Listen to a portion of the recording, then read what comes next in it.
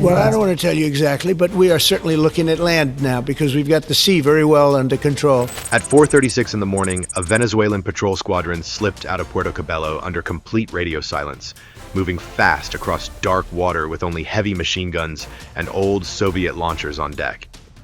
The crews believed they were hunting a lone American destroyer, a simple target marked on a shore-based radar screen as Echo 2.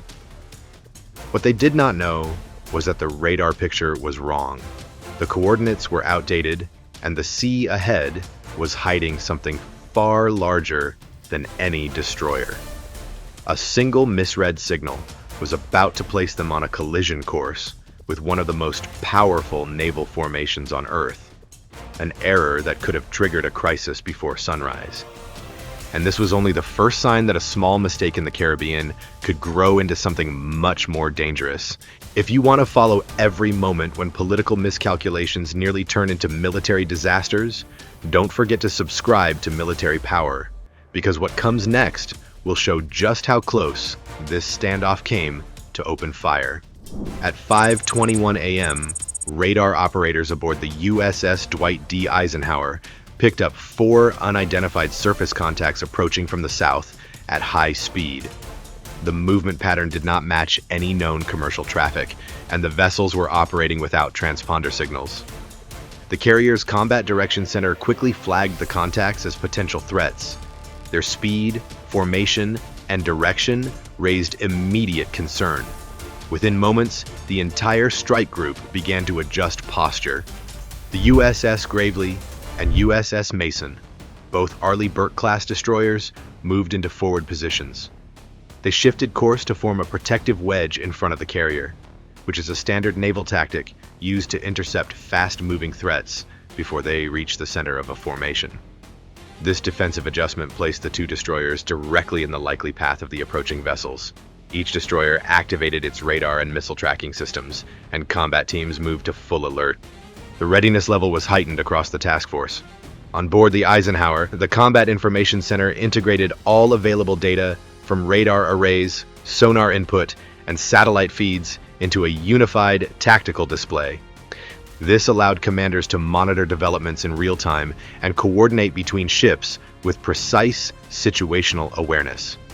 Every sensor in the strike group began tracking the approaching contacts simultaneously. Above the surface, 2 MH-60R Seahawk helicopters lifted off from the flight deck of the Eisenhower. These helicopters are equipped with advanced dipping sonar, infrared cameras, and electronic surveillance gear. The goal was to verify the type of vessels approaching and detect any weapons or unusual heat signatures. The pilots climbed to operational altitude and began scanning the sea for visual confirmation. Their systems locked onto the incoming craft and started recording their movement. As the aerial sensors confirmed the vessels were small patrol craft flying Venezuelan flags, the strike group took further precautions. Orders were issued to maintain current speed and heading, but to prepare all weapon systems for defensive action. Sailors manned gun stations, missile launch crews verified target acquisition channels, and fire control radars began active scanning. The carrier itself stayed in the center of the formation, shielded on all sides. The decision not to break course or make any threatening moves followed established U.S. Navy rules of engagement.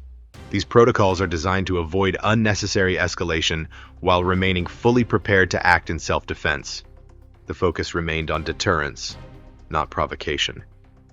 However, all personnel understood that the situation could change within seconds. From the CIC aboard the Gravely, radar returns showed that the unidentified vessels were continuing to close distance without altering course. Based on their trajectory, they would soon enter visual range. The watch teams aboard the Mason and Gravely increased scanning frequency and checked for any sign of fire control radar from the incoming boats. On the flight deck, aircraft crews prepared a second Seahawk helicopter in case broader coverage was needed. At this point, the U.S. fleet still had no direct radio contact from the approaching vessels. The silence added to the uncertainty. Without identification or communication, naval doctrine required maintaining posture while avoiding engagement unless provoked. The task force now faced a fast-moving formation, coming in tight and low over the water, with unknown intent and no declaration. While the surface ships stayed locked in defensive geometry, the helicopter teams provided real-time visuals confirming that weapons were mounted forward on the Venezuelan craft. Although no hostile action had yet occurred, the presence of visible armament pushed the alert level even higher. Each second that passed without a response only added more pressure. As the incoming boats neared the engagement threshold, commanders aboard the U.S. ships remained focused on preventing miscalculation. The balance between caution and readiness became increasingly difficult to maintain. Yet despite the growing tension, no shot had been fired. The formation held. The next phase would depend not only on military posture, but on how both sides interpreted the same unfolding scenario. The moment of first contact was rapidly approaching. As the Venezuelan patrol group closed in, their formation changed. Two vessels stayed on a direct path, while the other two shifted to the flanks, creating a pincer shape. This maneuver was not random. It mirrored classic naval tactics used to box in a target. Although no shots had been fired yet, the pattern suggested that the approaching force was not merely passing through. Their intent was to get close. Satellite data and surveillance from the carrier group later confirmed that the Venezuelan boats had followed a preset intercept route. The formation allowed for simultaneous approach from multiple angles. This tactic increases pressure on a target ship while also complicating its defensive calculations. Based on their speed, distance, and alignment, they would reach firing range in just minutes. According to later assessments by military analysts, the Venezuelan plan was not to engage in full combat, but rather to perform a calculated show of force. The objective was to approach close enough to fire warning shots, capture footage of a standoff, and use the images for state-run media broadcasts. These types of maritime confrontations are often designed to claim symbolic victory rather than create physical damage. However, the foundation of their plan was flawed. The radar data guiding the patrol was at least 48 hours old. In that time, the Eisenhower strike group had changed position and tightened formation. What was once a lone radar echo had become a fully protected fleet. The Venezuelan command did not realize they were entering a coordinated zone with overlapping radar coverage and layered weapon systems. At sea level, the first warning shots came without radio communication. Small caliber rounds were fired into the water, not directed at any U.S. vessel.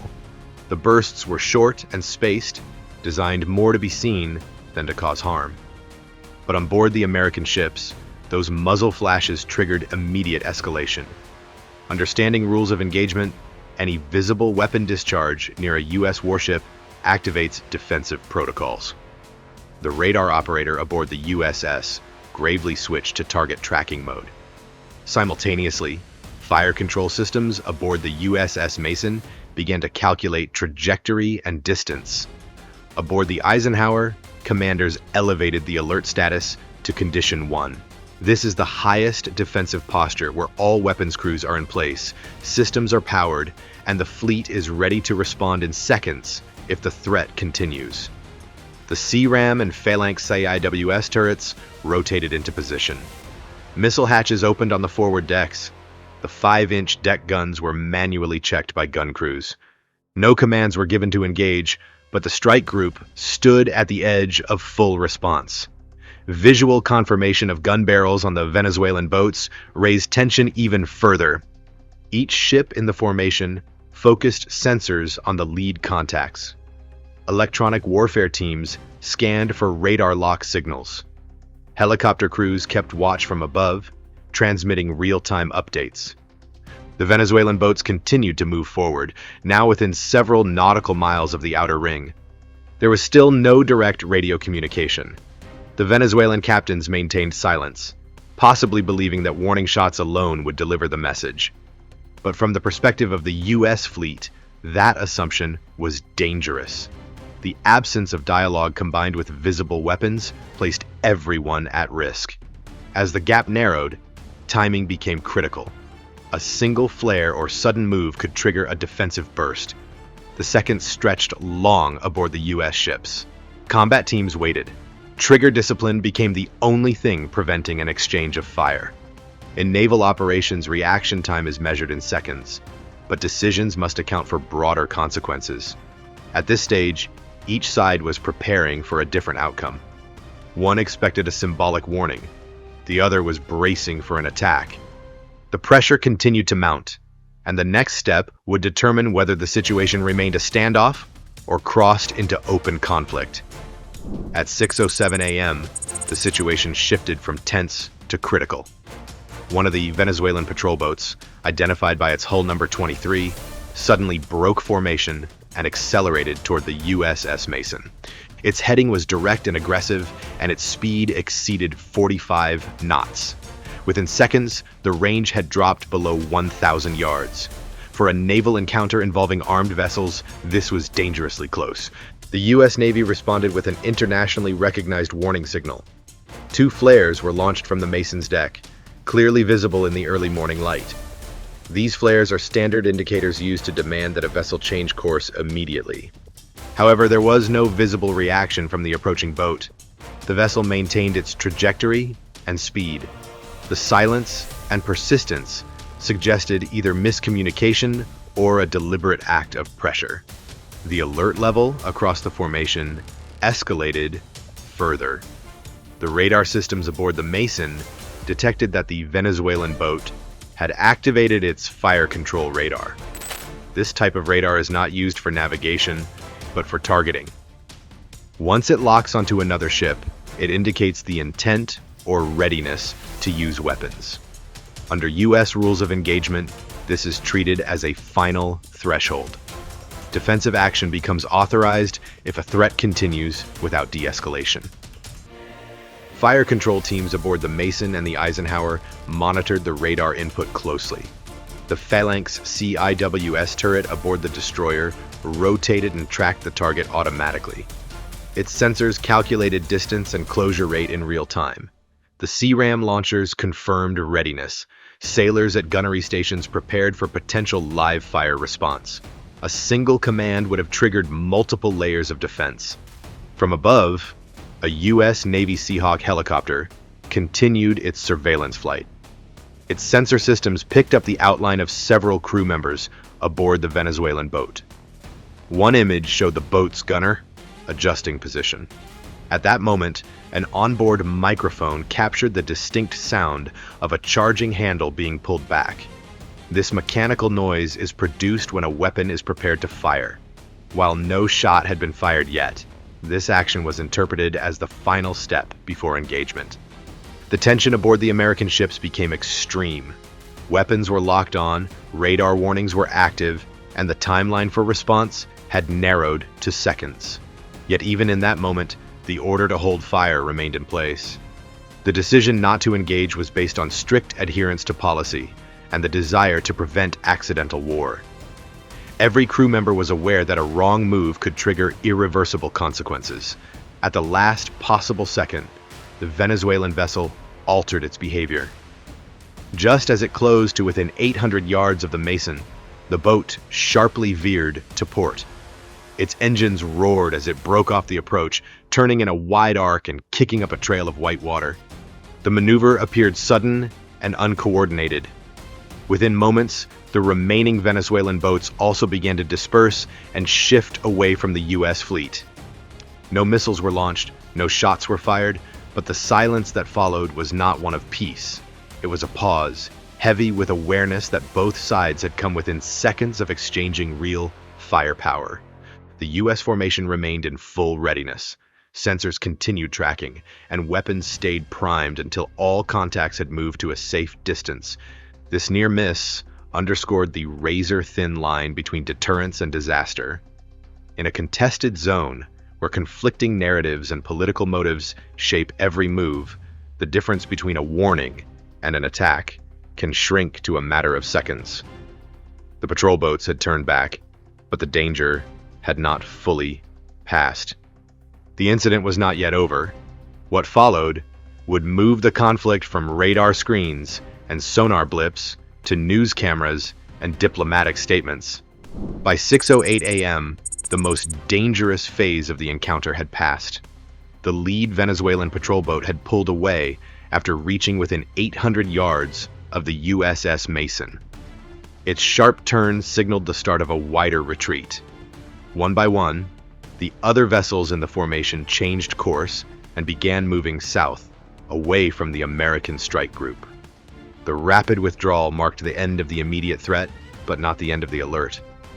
The U.S. Navy ships maintained their positions and readiness. Although all sensors confirmed that the patrol boats were retreating, the carrier strike group did not relax its posture.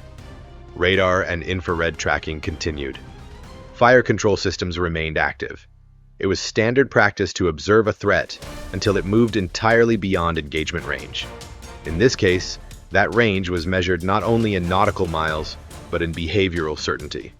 The Eisenhower formation remained intact. The carrier held its speed at 20 knots and stayed on its original heading to the north. There was no effort to pursue or challenge the retreating vessels. The decision reflected strict adherence to U.S. Navy rules of engagement. Under these guidelines, even after hostile behavior such as warning shots or radar targeting, force is used only when there is no other option. The presence of restraint is considered a strength, not a weakness. Inside the combat information centers of the U.S. ships, officers monitored the final movements of the Venezuelan patrol. Sensors showed that the contacts had spread out. Some traveled west, others returned toward their point of origin. The lack of coordination in their withdrawal suggested a breakdown in command or a shift in decision-making after realizing the true size and readiness of the American force. Despite having legal and tactical justification to engage, the U.S. fleet did not fire. This action was guided by broader strategic goals. A single missile launch or burst of gunfire, even in self-defense, could have set off a chain of events difficult to control. At a time of regional tension, the priority was to de-escalate rather than provoke. The MH-60R helicopters continued to monitor from above. They confirmed visually that weapons aboard the Venezuelan boats were no longer manned and that the vessels were increasing distance at cruising speed. Once all targets moved beyond the outer tracking zone, the helicopters returned to the carrier deck. The entire process was completed without direct radio communication. The absence of communication throughout the incident had increased the risk of misunderstanding. Naval protocols are built to account for such situations, using visual signals, sensor data, and tactical movement to interpret intent. In this case, the retreat itself became the clearest message. Without speaking a word, the Venezuelan squadron acknowledged that continuing the approach would lead to consequences they were not prepared to face. The discipline of the U.S. crews played a central role in the outcome. From radar operators to flight crews, every action followed protocol. The absence of panic, even in a fast-moving and ambiguous environment, showed the value of training and experience. These were not routine exercises. The threat had been real, and the risk of escalation had been minutes away. As the carrier strike group continued its mission, the incident became a case study in controlled response. There was no victory claimed, no aggressive follow-up, only a calm return to operations. Yet within that calm lay the quiet success of military professionalism under pressure. What happened next would not play out on sonar screens or radar scopes. The confrontation had ended at sea, but the political impact was just beginning to surface. By mid-morning on the same day, the confrontation at sea had shifted to a new battlefield. This time, it was not about sonar, radar, or ship movements. The focus moved to screens, headlines, and diplomatic channels. Within hours, Venezuelan state television broadcast edited footage of fast patrol boats racing across open water. The video was paired with commentary claiming that the Navy had successfully intercepted and repelled a foreign vessel entering Venezuelan waters. In response, the United States Department of Defense released a series of high-resolution satellite images. These images were backed by time-stamped radar data from the Eisenhower strike group. The records showed the American ships operating in international waters, over 80 nautical miles from the Venezuelan coast. The materials were distributed through official channels and shared with international observers. The U.S. presentation was clear and detailed, structured to remove ambiguity. Official statements followed shortly after. The Pentagon described the incident as an example of reckless brinkmanship. The term highlighted the risk of unnecessary escalation caused by miscalculation. U.S. officials noted that the strike group had acted with restraint and remained within the boundaries of maritime law. From their perspective, the Venezuelan approach represented a disruption of regional stability. Venezuelan authorities issued their own statement, reaffirming the right to defend territorial integrity. They referred to the patrol operation as a defensive maneuver in response to what they called an unauthorized presence. The wording suggested that the government did not see the action as hostile but as necessary. This framing allowed the leadership to claim victory without committing to further confrontation. Both sides made deliberate choices in how to describe the event. Neither accused the other of declaring war. Neither side mentioned casualties or damage because there were none. Instead, the focus turned to interpretation. Each government positioned its narrative to support broader political goals. The U.S. message was aimed at reinforcing international norms and showing operational discipline. The Venezuelan message was intended to project internal strength and deterrence. Diplomatic teams began working behind the scenes. Communications between Washington and allied embassies intensified. Regional partners monitored the situation closely. The incident was not isolated. It became part of a larger pattern involving maritime patrols, territorial claims, and political signaling. What made this standoff different was how close it came to open conflict without a single shot being fired. The real battle, at least for now, had moved to forums, press briefings, and diplomatic memos. The exchange of fire had been avoided, but the exchange of narratives had only just begun. The standoff in the Caribbean left no casualties, no damage, and no official violations of international law. Yet what it revealed was far more important than the absence of gunfire. The encounter between Venezuelan patrol boats and the USS Eisenhower strike group served as a reminder that modern naval confrontations can unfold in silence, with no direct communication and no clear warning until the moment of crisis. At the center of the problem was a radar misread. The Venezuelan crews had relied on static coordinates provided through shore-based systems. Their data was out of date by nearly 2 full days. They believed they were approaching a single destroyer. Instead, they found themselves inside the radar envelope of a full U.S. carrier group. That single assumption transformed a patrol into a potential conflict. Technology offers real-time tracking, high-resolution imaging, and global surveillance, but none of these systems replace human judgment. In this case, computers detected positions and speeds. Operators interpreted threat levels. Commanders weighed timing and consequences. The margin for error was measured in seconds. The consequences of failure would have been irreversible. What nearly occurred on that morning is known in military theory as threat mirroring. This is when one side views defensive movements from the other as offensive. If a ship activates its radar or arms a weapon system, the response from its counterpart can escalate quickly. Both sides believe they are defending themselves. Both move closer to confrontation without ever intending to start it. This is what made the incident so dangerous. Venezuela believed it was sending a signal of strength. The United States responded with disciplined containment. Neither side wanted war, but the actions taken by each were interpreted through layers of assumption, delay, and incomplete information. Naval operations often involve movement without explanation. In contested waters, that silence becomes the most dangerous factor. For military officers and analysts, the encounter will likely become a case study. It shows that modern maritime conflict is not about overwhelming firepower, but about situational awareness. Knowing when not to shoot can matter more than knowing how. The ability to hold position under pressure is a strategic tool, not a sign of hesitation. And yet, the incident remains a question of timing and instinct. If you had stood on the deck of the USS Mason in those final seconds, radar alarms active and warning flares fired, what would you have done? Would you have held back, or would you have opened fire first? This close call is over, but the next one might not end the same way.